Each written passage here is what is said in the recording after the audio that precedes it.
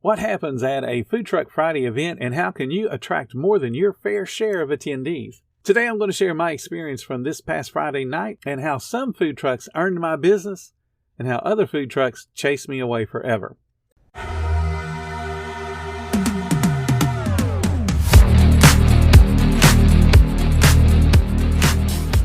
Welcome to the 10-Minute Food Truck Training Podcast. My name is Bill Moore. I am a food truck business coach, author of 5 food truck vending books, including Food Truck 101 and Food Truck 201.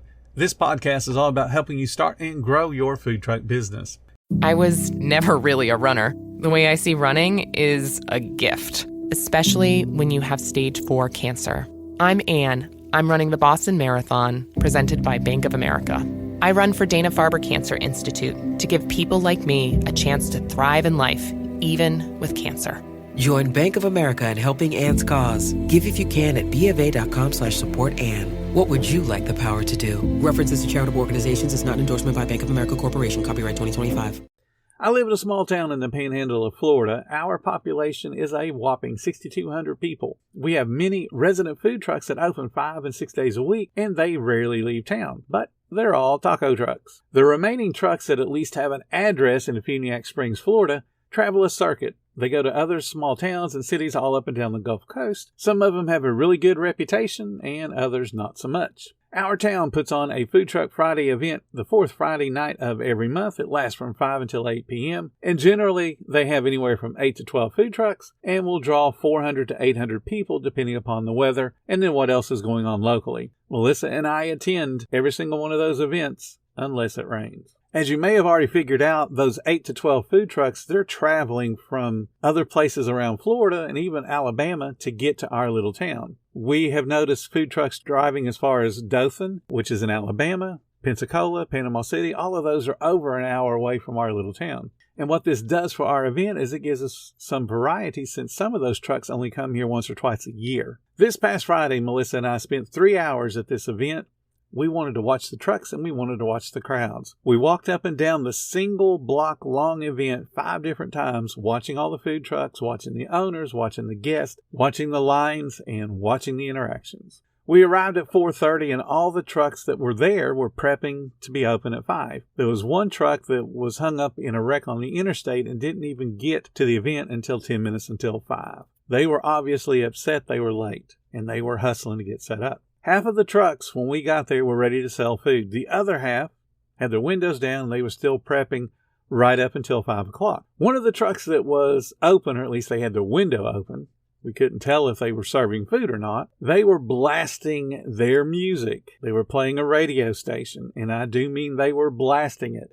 It was so loud that it drowned out an open-sided 13,000-watt generator that was 2 trucks away. Melissa and I could not hear each other until we were at the far end of the block. And even then it was a struggle because the music was just too loud. What it did was it created a sound shield around that truck. No one was stopping there. They would hurry past the truck because the music was rudely too loud. And it wouldn't have mattered if it was my favorite music. I talked many times about how I love Prince or I love KC and the Sunshine Band because I'm a kid from the 70s. Even if they were playing my most favorite song, it was too loud. It's not a discotheque. People came there to eat. Background music is supposed to be background. It's supposed to drown out other people's conversations, not yours. The first walk up and down the block, we were met with total silence. Not a single truck that had their window up and their menus out and had people that were just leaning out the window bothered to talk to us. And we stopped at every single truck and looked at their menu. We were obviously interested in the food because we stopped. And no one said, "Hey, how you doing? You need to try this product because it's awesome. It's my favorite." No one engaged us. No one. The vendor that was late, he wasn't there the first time we walked up and down the block. But that second time we walked up and down the block, guess what he did? He talked to us. He said, "Hi, how are y'all doing? You've got to try this product." And you know what he did? He cut off a little piece of a fried pork chop and gave it to us. He got his food into our mouth. And it was good. Melissa was thrilled because it was a nice, tender, breaded pork chop, and she said, "That's what I want." We didn't go there to go get their food. We went there to sample different people's food. This guy got our business. So we placed a $40 order. Then Melissa and I went and sat down in the back of our pickup truck and did what I always do. pulled out a stopwatch and started timing the people on our end of the Food Truck Friday event. Now, we timed several different trucks. The truck that appeared to be the busiest, we started with them. They had about 14 people in line, so I picked the 10th person in line, turned on my stopwatch, and paid attention to that poor lady. It took 33 minutes for her to move up to place an order. 33 minutes. That is ridiculous slow. Then, once she placed the order, it took over 40 minutes to get the food off of the food truck. So she was engaged to this one rude food truck for over an hour to get fed. Now, when people are hungry, they have no patience. We saw a whole bunch of hungry people huddled around that food truck that were grumbling and complaining on how long did it take to get my food. Now, the reason this food truck was busy is not because of the reputation. It was because of the food they were selling. It's Thai food.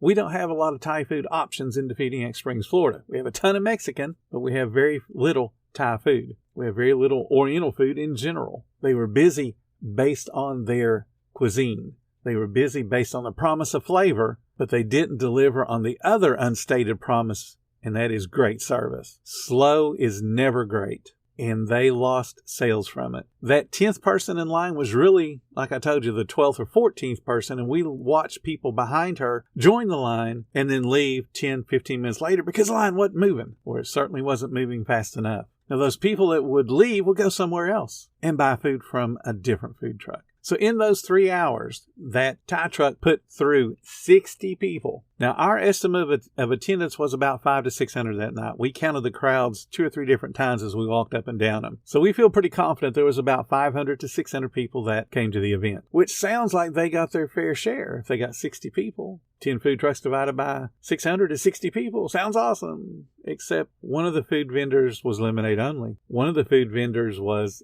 Dippin' Dots. One of the food vendors was ice cream. They missed their potential because they were slow. Now, right beside them was a very happy, very friendly owner that loves cooking. You can see it on his face. When he's outside tending to his smoker, he is just smiling. He's talking to everybody that walks by. Anybody that just steps up, he's talking to them. He's a happy guy. And he's a resident vendor. He lives in Defuniak Springs. He only opens a couple of days a week. And you would expect that the people of Defuniak would be tired of his food because he's a staple. We can get his food any week we want. His line rarely exceeded 5 people. And I bet you're thinking that Thai food truck made way more money even with the slow service. Speed of service is a limiter, and especially when it comes to events. The Thai food truck average plate was $18, and if all those 60 people that they served each bought one plate, that means they generated over $1,000 in sales, and that's just over $1,000. The barbecue food truck, his average plate's $14, and again, his line never got longer than 5 people all night long. Just doesn't seem like he could have made much money. Well, guess what? He did. Speed of service makes the difference. In that same 3-hour period, he put out nearly 180 orders. With a lower check average and a much, much shorter line,